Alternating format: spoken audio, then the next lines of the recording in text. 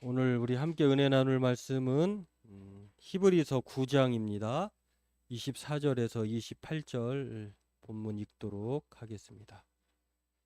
히브리서 9장 23절에서 28절 말씀입니다. 함께 읽도록 하겠습니다.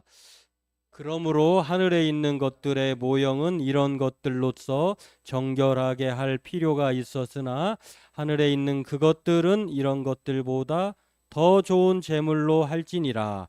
그리스도께서는 참것의 그림자인 손으로 만든 성소에 들어가지 아니하시고 바로 그 하늘에 들어가사 이제 우리를 위하여 하나님 앞에 나타나시고 대제사장이 해마다 다른 것에 피로써 성소에 들어가는 것 같이 자주 자기를 드리려고 아니하실지니 그리하면 그가 세상을 창조한 때부터 자주 고난을 받았어야 할 것이로되 이제 자기를 단번에 제물로 드려 죄를 없이 하시려고 세상 끝에 나타나셨느니라. 한 번 죽는 것은 사람에게 정해진 것이요 그 후에는 심판이 있으리니 이와 같이 그리스도도 많은 사람의 죄를 담당하시려고 단번에 들이신 바 되셨고 구원에 이르게 하기 위하여 죄와 상관없이 자기를 바라는 자들에게 두 번째 나타나시리라. 아멘. 오늘은 맑고 화창한 밝은 날입니다. 참 좋은 날인데요. 만나서 반갑고요. 우리 찬송한 그 가사처럼 한 주 동안 여러분 많이 참 버티고 잘 견뎌내셨습니다. 오늘 서로에게 잘 그렇게 견디고 버티다가 이렇게 만나서 반갑다고 서로 우리 눈인사로 함께 잘 오셨습니다. 우리 서로 인사하겠습니다. 잘 오셨습니다.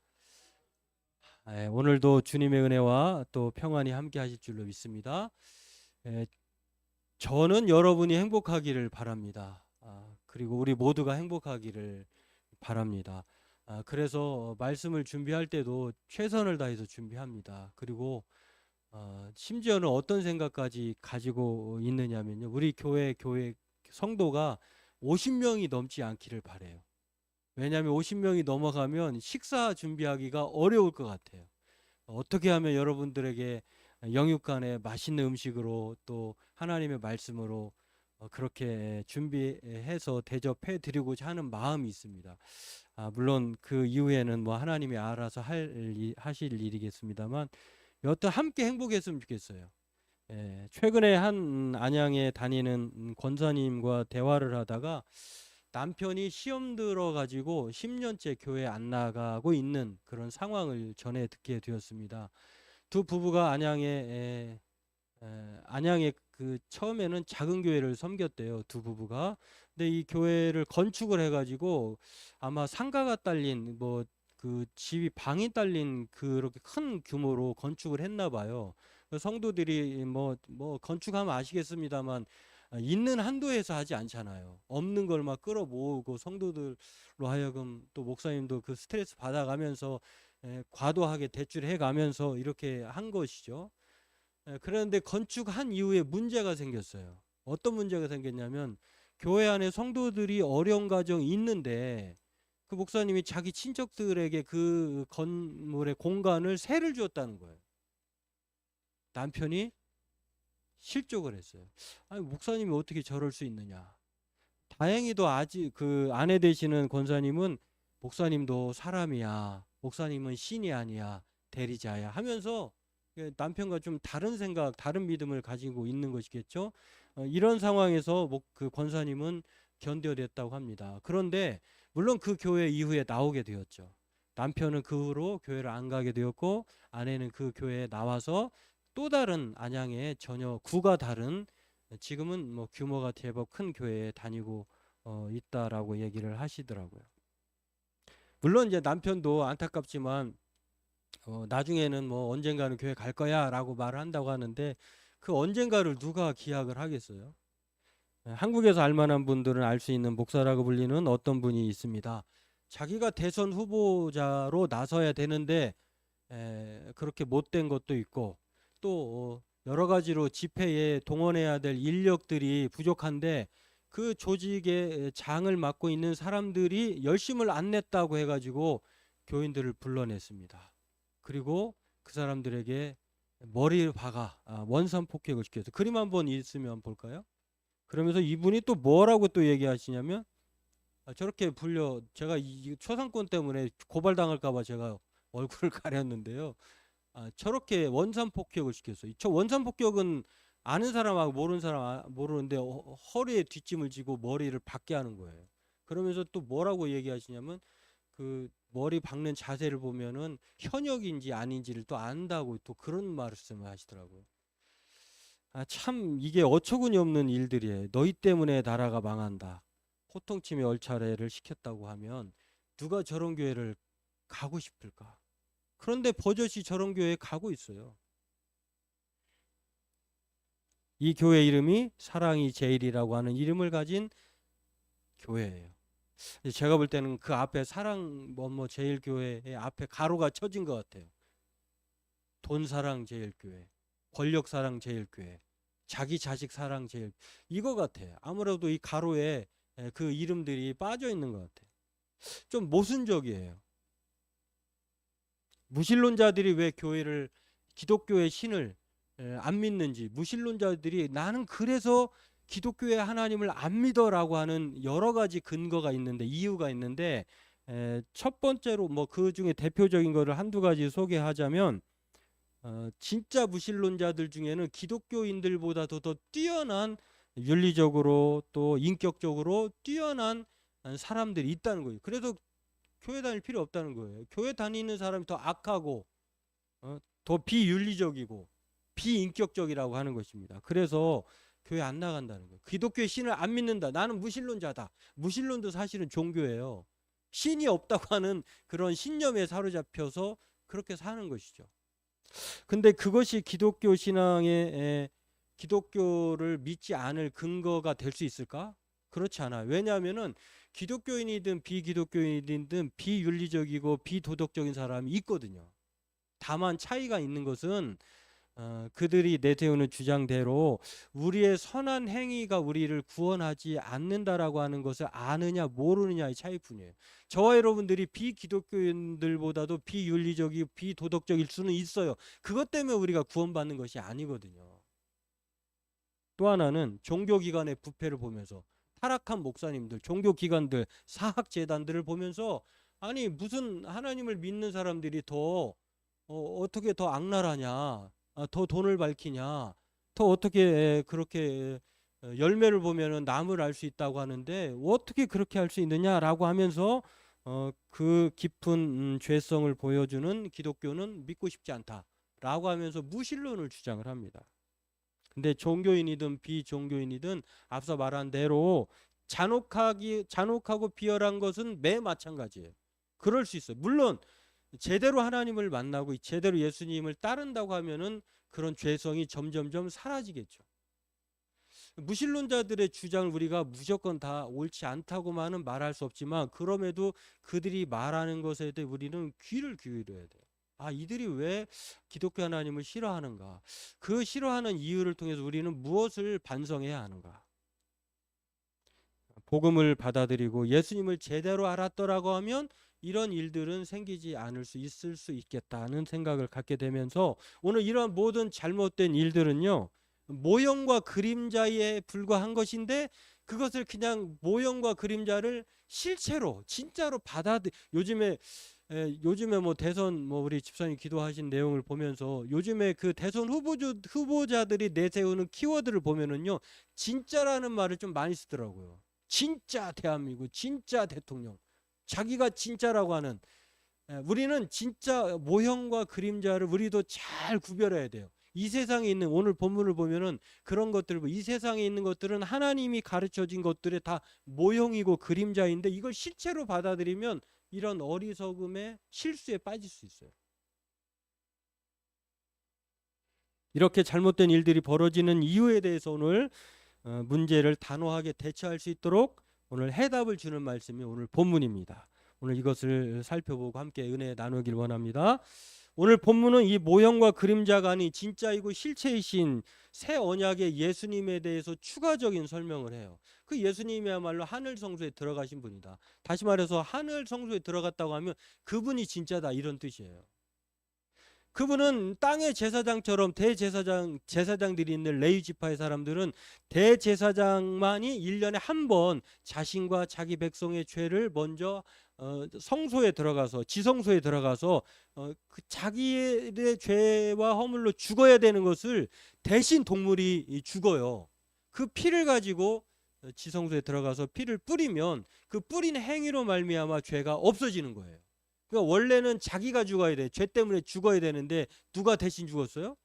동물이 대신 죽는 거예요. 그 순념소인지 황소인지 이런 대속할 제물로 대신 그 행위를 통해서 죄가 사해지는 것입니다. 그런데 오늘 예수님이 하늘 성소에 들어갔다고 하는 것은 그 예수님이 모든 동물 제사를 행하여야 하는 그런 그림자와 그런 모형을 이제는 예수님이 모든 예수 그리스도를 믿는 모든 사람들의 죄를 사하시기 위해서 동물의 피가 아니라 사람이신 예수 그리스도, 그리고 하나님이신 죄가 없으신 그분이 우리의 모든 죄를 위해서 단번에 죽었어요. 여러분, 오늘 이번에 죄를 지었으면 내년에도 또 그 죄를 위해서 대제사장이 그 일을 실행해야 되거든요. 이런 일이 이제 없어지게 된 거예요. 예수님이 우리의 죄를 위해서 단번에 영원하시고 완전하신 그 죄를 본인이 인간이시면서 하나님이신 그분이 우리를 다 담당하셔서 죽으심으로 더 이상 동물 제사가 필요 없게 되었고 인간 대제사장이 필요 없게 된 거예요. 이 세상의 대제사장은, 오직 영원한 대제사장은 예수님 외에는 없다. 그럼에도 자신이 신이라고 얘기하고 자기로만 말미암아 구원을 받는다라고 하는 이 주장을 한다고 하면은 이것은 성경과 다른 주장이다라고 하는 것입니다.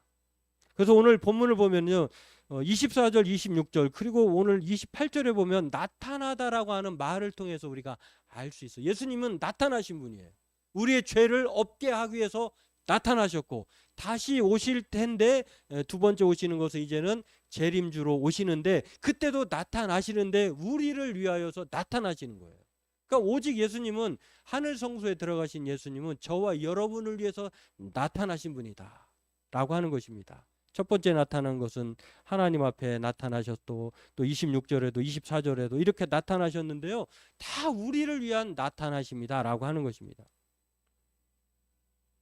오늘 예수님은 자기의 피를 가지고 하늘 성소에 들어가셨습니다. 이게 상징적인 거예요. 이제는 뭐 그 예수님이 하늘 성소에 들어가셨는데 이 땅에서 대제사장이 동물의 피를 가지고 지성소에 들어가는 것처럼 나타나셨느냐, 그 피를 가지고 나타나셨느냐, 그런 뜻이 아니라 예수님이 하늘 성소에 들어갔다고 하는 것은 이제는 끝났다는 거예요. 예수님이 우리의 모든 죄를 대속하시고 씻겨 주셔서 우리를 자유를 주시고 구원으로 인도하시기 위해서 하늘 성소에 들어가셨다는 것입니다. 허락을 받아냈다는 것이요. 이것이 진정한 제사라는 것이에요. 그러니까 땅에서 우리가 지금 예배하는 이런 모든 행위는요, 사실은 나중에 천국 가면은 뭐 이렇게 구체적으로 실행될지 어떻게 될지는 저도 확실히는 모르겠습니다만, 정말 우리가 하나님을 대면하면서 기쁨과 즐거움의 교제가 영원히 끊이지 않는 그런 모습들을 연습하는 거예요. 훈련하는 거예요. 이보다 더 비교할 수 없는, 마치 요즘에 뭐 대선 유세하시는 분인데 TV로만 보다가 실제로 그 사람을 보면 다르다고 하는 말을 하는 것처럼 우리는 이렇게 그냥 뭐 그런 것 같아요. 뭐 우리의 감흥이 있고 또 우리를 보면 서로 이 찬송과 하나님 말씀 들을 때는 여기가 천국 같아요. 그러나 실제로 그날이 오면 비교할 수 없는 그런 현장감을 우리가 느끼게 될 것이다라고 하는 것입니다. 오늘 피를 흘린다는 것은 살아있는 어떤 것이 죽었다는 것을 의미하는 것이기도 하다라고 하는 것입니다. 이것은 다른 말로 바꿔보라면 예수님이 단번에 죽으셨다고 하는 것은요, 우리를 얼마만큼 사랑하시는지를 보여주는 증표예요. 그게 십자가의 죽음이고 십자가의 사랑이다라고 하는 것입니다. 로마서 5장 6절에 그렇게 말씀을 합니다. 우리가 아직 연약할 때 기약대로 그리스도께서 경건하지 않는 자를 위하여 죽으셨도다. 의인을 위하여 죽은 자가 쉽지 않고 선인을 위하여 죽은 자가 위하여 용감히 죽는 자가 혹 있거니와 8절에 우리가 아직 죄인 되었을 때에 그리스도께서 우리를 위하여 죽으심으로 하나님께서 우리에 대한 자기의 사랑을 확증하셨느니라. 그러니까 십자가의 죽음은요 사실 죄의 죽음, 고통의 죽음이 아니라 우리를 얼마나 사랑하시는지를 하나님이 우리에게 보여주시는 증표예요. 베드로전서 2장 24절에도 우리 죄에 대하여 죽고 의에 대하여 살게 하려 하십니다. 십자가에서 죽으심이. 그가 채찍에 맞음으로 우리가 나음을 입었도다. 그렇습니다. 저와 여러분들은 한 번 죽는 거 모든 인간의 표준이죠. 표준. 한 번도 안 죽는 사람은 없어요. 제가 어떤 어르신은 100세가 넘으셔가지고 100세 장수 축하금이 있어요. 100세가 넘으시면 그 지자체마다 다른데 한 번 1회 한 번 100세 축하 드린다고 하면서 20만 원을 드려요. 그렇게 건강하신 분이 101세에 돌아가셔.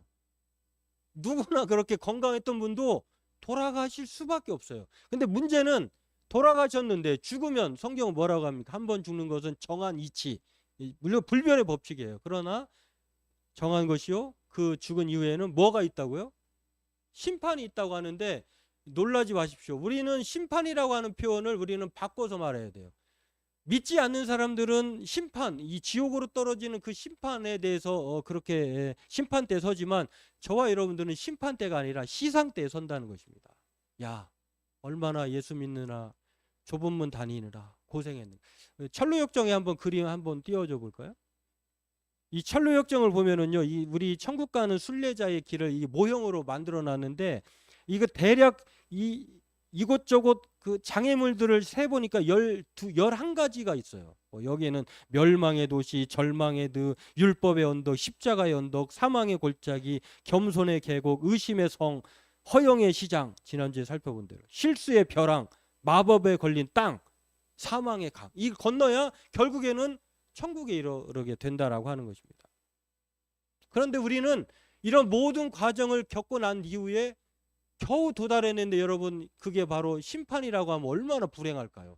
내가 믿음을 지키고자 그렇게 수많은 난관을 거쳐가지고 결국에는 이렇게 딱 하나님 앞에 섰는데 너 지옥이야 이러면 얼마나 불행할까요?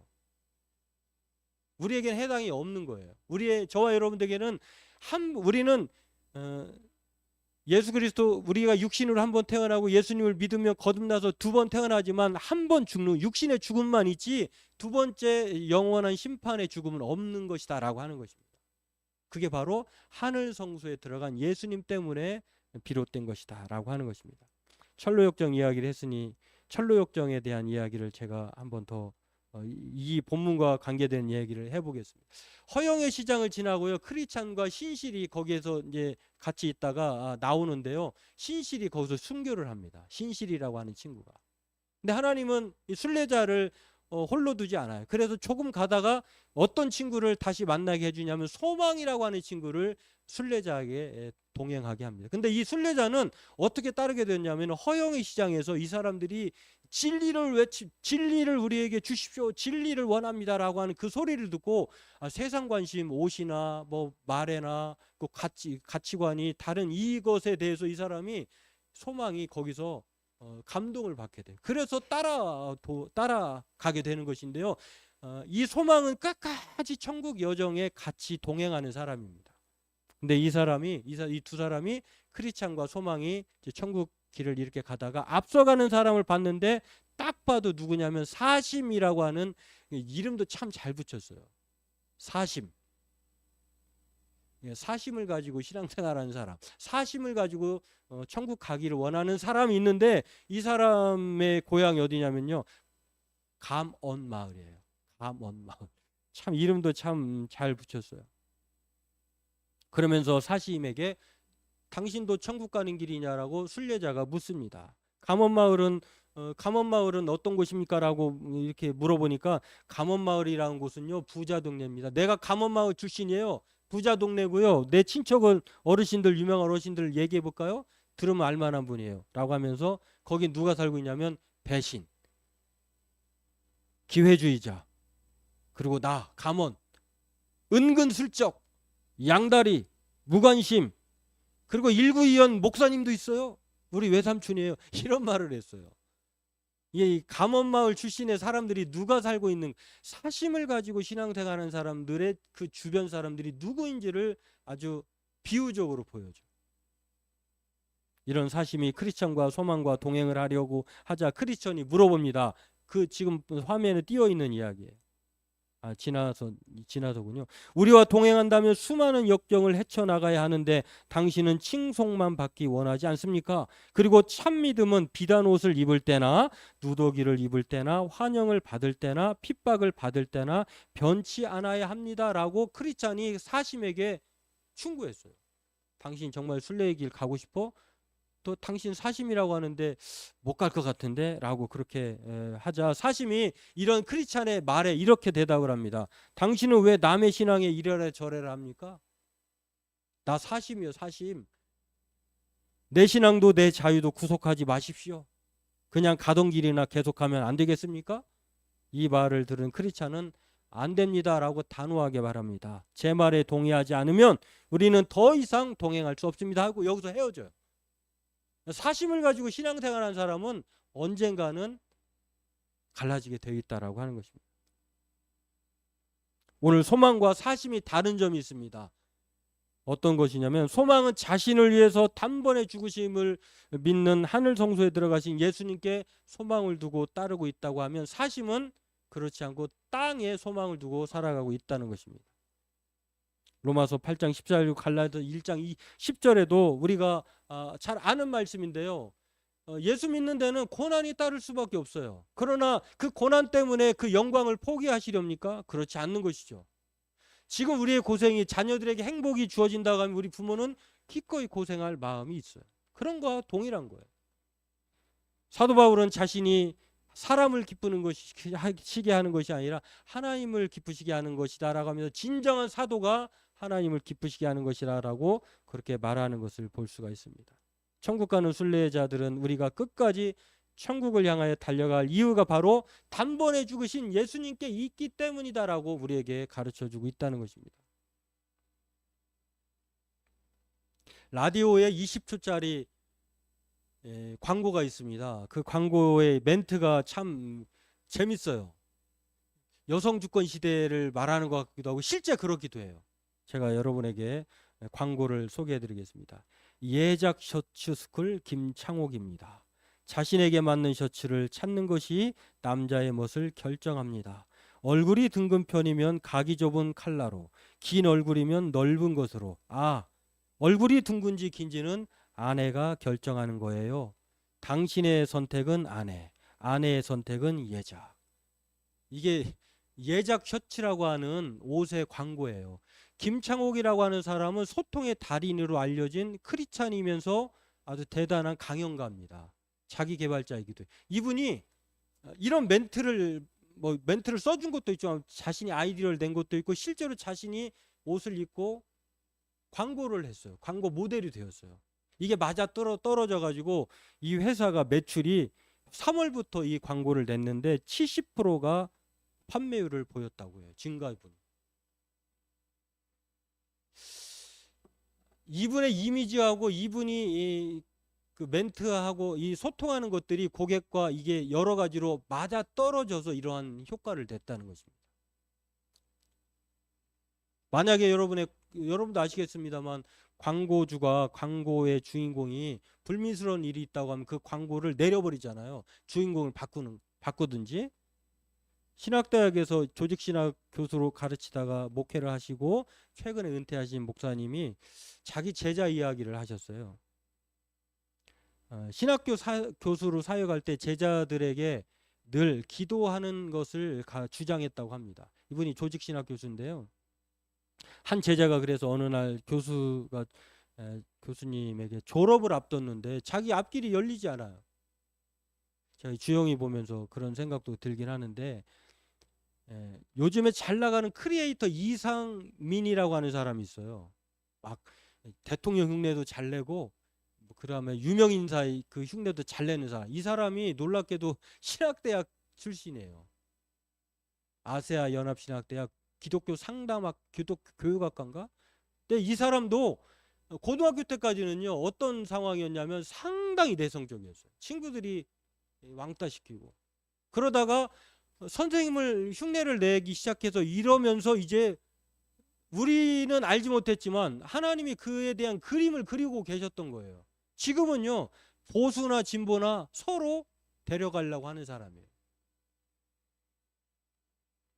이 교수님도 제자가 앞길이 막막해서 어떻게 해야 될지 이렇게 자문을 고민을 물어봤을 때 이 교수님은 그냥 자기는 솔직하게 고백을 하더라고요.